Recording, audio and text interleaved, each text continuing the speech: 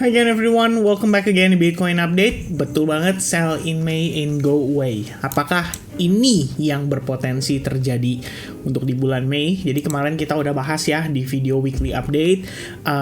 Seminggu ini gak ada banyak data ya. Yang paling penting sebetulnya sekarang udah lagi countdown menjelang FOMC press conference atau FOMC atau the Fed Interest Rate Decision ya pada tanggal 3 Mei 2023 mendatang. Nah itu memang masih lama ya teman-teman. Jadi memang kalau kita lihat pada prosesnya sendiri, saya menilai bahwa posisi Bitcoin seperti yang kita bahas kemarin, ada possibility wave 1, wave 2, which means ini kita baru wave satunya ya. Dan kemarin ada yang sempat ngasih tanggapan ya terkait dengan progres yang terlihat pada Bitcoin saat ini dianggap sebagai proses koreksinya. Berarti kan penilaiannya atau judgment-nya dia tuh lebih seperti ini. Seumpama, let's say if this one is wave 1, wave 2, and then ternyata ini wave 3, lalu di sini dikatakan adalah wave 4, nggak salah juga sih. Proses itu ya possible aja untuk terjadi. Jadi anggapannya after this, kita ngelihat ada one more rejection menuju ke level yang lebih rendah bahkan daripada lowest price terakhir, yaitu di kisaran 16.000 atau 15.000-an ya, lebih kurangnya. Berarti kita bisa harap lebih rendah lagi.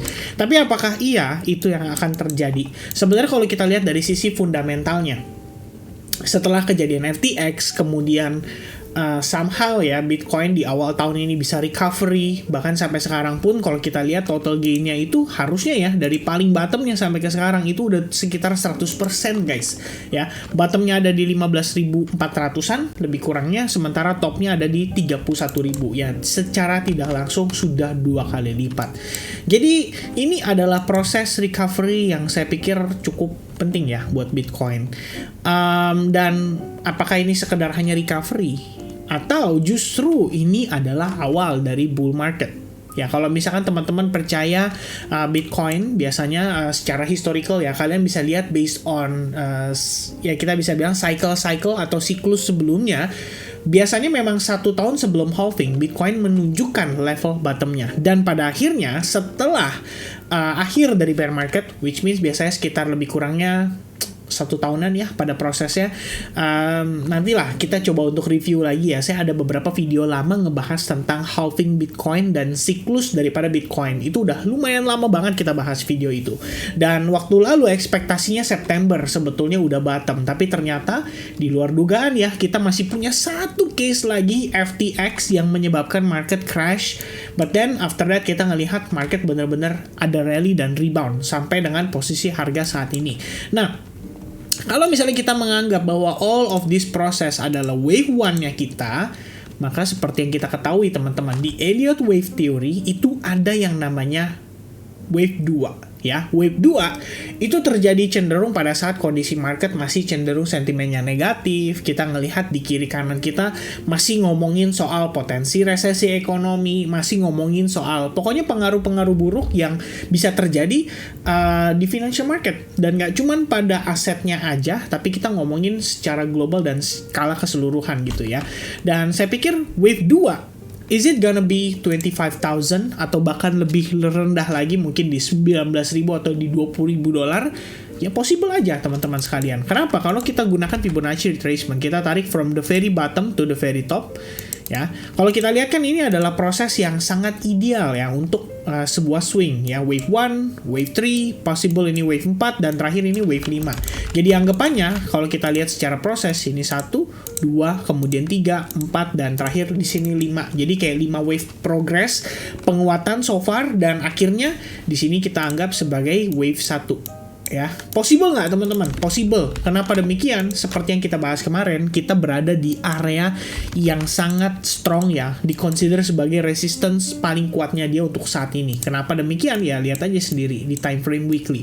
Ya, ini adalah 30.000 dolar, area yang sebelumnya sempat memberikan banyak banyak cerita ya, kita bilang ya. Ada banyak cerita di sana, ada banyak kenangan di sana ya ketika harga bertahan berkali-kali di atas level itu. Kemudian pada saat break ada proses retest yang kelihatan hanya satu candle aja. After that baru pertama kali semenjak kita dump yang terjadi pada kisaran Mei tahun lalu 2022, baru pertama kali nih kita kembali lagi ke level yang sama, yaitu di $30.000. Jadi kalau misalkan melihat secara efek ya, impact psikologis juga dari para retail atau mungkin para whales atau para big fish ya, yang melakukan akumulasi either itu di bawah atau mereka beli pada saat breakout dari trend line, which means ini adalah trend line yang sangat penting ya untuk Bitcoin. Ya palingan sih adalah ya action yang akan dilakukan oleh mereka maybe untuk taking profit dulu di dekat-dekat level resistance ini. Dan memang setahu saya based on logic juga, semakin harga di markup, artinya semakin harga tinggi, akan semakin sedikit whales yang beli Bitcoin. Ya, I think itu wajar sekali untuk terjadi. Kenapa demikian? Karena pertama, ketika tren sudah terbentuk, harga sudah membentuk yang namanya uptrend, bull market. Orang percaya ya, di mana-mana udah mulai ngedenger tren, wah udah berubah nih market jadi bullish, totally bullish dan new all time high tahun ini. Itu sebenarnya menyebabkan para retail flip bias mereka jadi beli. Kalau semuanya ngebeli, gak ada yang jualan, gimana whales kita mau melakukan akumulasi ya? Yang ada sebaliknya, pada saat retail udah siap untuk beli, whales akhirnya bisa jualan. Jadi ketika whales jualan, simply buat mereka ini adalah kesempatan untuk taking profit. Nah pertanyaannya adalah, mereka akan jual keras atau hard sell, atau mereka ya kita take profit aja lah, cicil berkala ya, kita tarik sebagian profit kita close dulu posisi yang kemarin kita ambil, atau mungkin untuk spot yang kita punya saat ini kita TP dulu sebagian, nanti pada saat harganya turun either ke 25.000 atau ke 20.000 kita akan serok balik dengan profit yang udah kita dapatkan. Jadi kita bisa akumulasi lagi, dan hanya bisa dilakukan saat para retail itu udah mulai flip bias mereka menjadi sell. Dan untuk saat ini ya kita belum bisa katakan hal tersebut terjadi ya, karena sampai dengan saat ini kalau teman-teman lihat sekilas, saya tanya ya, ini bullish atau bearish? Well, everyone in the planet harusnya tahu bahwa ini adalah higher high higher low sequence, yang artinya adalah uptrend. Oke, jadi untuk saat ini even kita ngelihat ada beberapa indikasi positif ya, tetap kita harus mewaspadai yang namanya possibility untuk Bitcoin itu kembali turun dan reject daripada level $30.000. Dan menurut saya itu wajar terjadi, karena sekali lagi teman-teman, whales pun butuh yang namanya likuiditas. Jadi untuk itu terjadi, idealnya harus ada momen di mana harga itu terpullback dan menciptakan yang namanya higher low. Nah, pada saat higher low itu sudah terkonfirmasi, ini baru kita berbicara soal probabilitas berikutnya, yaitu untuk mengejar higher level atau level yang lebih tinggi daripada highest point saat ini di $30.900. Dan sebetulnya saya sih ngelihatnya ya, mudah-mudahan sih masih ada kesempatan lah untuk minimal dia ngejar ke highest levelnya di 31.800. Ya, jadi kayak naik dulu dikit lagi, sekitar $2.000 lah lebih kurangnya, baru kemudian ada rejection. Dan pada akhirnya kita masuk ke fase koreksi. Oke?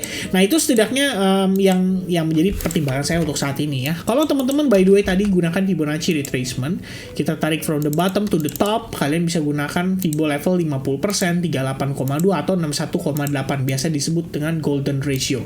Dan yang terdekatnya itu ada di level $23.000, Fibonacci 38,2%, dan ini sejalan ya atau sejajar dengan level key support kita di $25.000. Jadi memang area ini adalah area penting untuk kita perhatikan.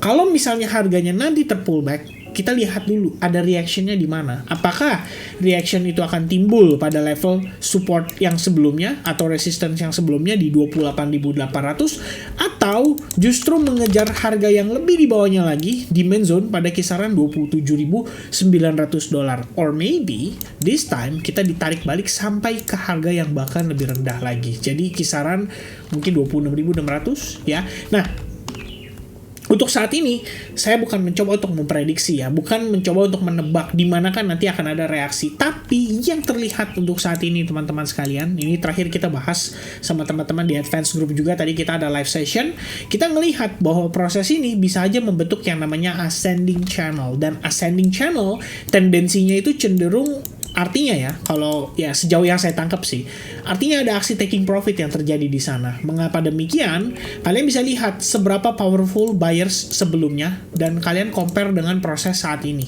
Apakah semakin melemah? Ya, udah pasti jawabannya. Tambah lama kelihatannya buyersnya, tambah semakin sulit ya untuk dia make a move. Dan mungkin untuk mempermudah, kalian bisa juga gunakan chart Heiken Ashi. Jadi kalian bisa lihat nih, ya, momentum pada saat green candle ini terbentuk ya, semakin lama semakin melemah ketika dia berhasil create yang namanya higher high. Pertama kali 33% gain, the next one itu 19%, and then the next one jadi 11,3%. Semakin berkurang. Dan akhirnya kalau posisi ini terjadi, ini kan sebenarnya secara langsung momentum menunjukkan kepada kita ada pelemahan dan ada potensi terjadinya transisi memasuki yang namanya fase koreksi major pada pergerakan secara garis besar di time frame yang lebih besar juga tentunya, yaitu di time frame daily. Nah, untuk saat ini, saya belum katakan demikian, kita akan melihat Bitcoin benar-benar langsung anjlok ya, atau langsung dampara. Paling tidak, kalaupun teman-teman meyakini bahwa Bitcoin masih bisa nanjak kembali, paling tidak kalian perlu perhatikan bagaimana struktur yang terbentuk pada lower time frame di 15 menit. Jadi untuk saat ini, kita pahami dulu secara struktur, time frame besar, 1 hour, kita masih punya area support di kisaran 28.800 ya, dimana level tersebut sejajar juga dengan trend line yang tadi kita mention. Meanwhile, kalau untuk time frame seperti bahkan 1 jam aja ya, kalau kita lihat di sini sudah flip menjadi lower high, lower low sequence ya. Yang artinya ada probabilitas harga masih bisa turun kembali selama level supply yang ada di 15 minute di sini belum berhasil di take out, artinya sellers akan lebih mendominasi. Dan saat ini, ya kalau misalnya teman-teman typical trading yang bahkan di time frame lebih kecil ya, lihat di 5 menit aja sebenarnya kita udah ada indikasi buyers masuk kembali. Tapi menurut saya ini kurang kuat. Yang kita butuhkan adalah bagaimana Bitcoin di sini bisa ngehajar supply zone yang ada di level 29.800 dan flip balik level tersebut menjadi potensi area support untuk menjadi pijakan kita supaya kita bisa lihat harga menjadi lebih tinggi lagi. Oke? Dan by the way, pada prosesnya mungkin akan take time ya, bisa jadi dia bertahap ya seperti ini, kemudian at some point bam dia nanjak. Nah, ini baru kayak semacam indikasi yang positif. Tapi kalau itu belum terjadi, maka yang kita bisa lakukan saat ini adalah expect harga untuk bergerak lebih rendah daripada level saat ini. Dan tentu saja teman-teman sekalian, terlepas dari segala skenario yang saya tadi mention ya, ini juga merupakan impact daripada potensi head and shoulders yang terbentuk pada time frame 1 hour. Kita lihat sudah ada breakdown di sana, dan kalau kita ukur berdasarkan si head and shoulders itu sendiri, memang ya kalau kita break dari neckline-nya, potensinya atau probabilitasnya untuk kembali turun itu menjadi lebih tinggi, dan area yang akan dicapai itu lebih kurang adalah $29.120. Alright, so itu dia teman-teman ya pembahasan saya seputaran Bitcoin ya. Kita udah lihat ada beberapa skenario yang memang bisa terjadi, dan seperti yang saya sampaikan tadi ya, overall teman-teman sekalian, kalaupun kita memang harus melihat Bitcoin mengalami koreksi, ini bukan akhir dari segalanya. Justru ini adalah kesempatan untuk kita bisa melakukan akumulasi kembali. Dan seperti yang saya sampaikan, apakah sell in May and go away berlaku untuk kripto? Well, we don't know yet, karena nanti bergantung dari bagaimana statementnya si Jerome Powell. So, ya, let's see everybody ya, kita lihat sama-sama. Dan untuk saat ini antisipasinya adalah di lower time frame seperti yang tadi saya mention ya. Perhatikan strukturnya. As long sellers still in control, kita nggak perlu buru-buru berasumsi bahwa market bisa rebound kembali. Oke? So, I think that's it everybody. Thank you so much for watching, and I hope I'll see you guys again in the next update. Have a nice day buat teman-teman semua, dan God bless semuanya. Cheers guys. Bye-bye.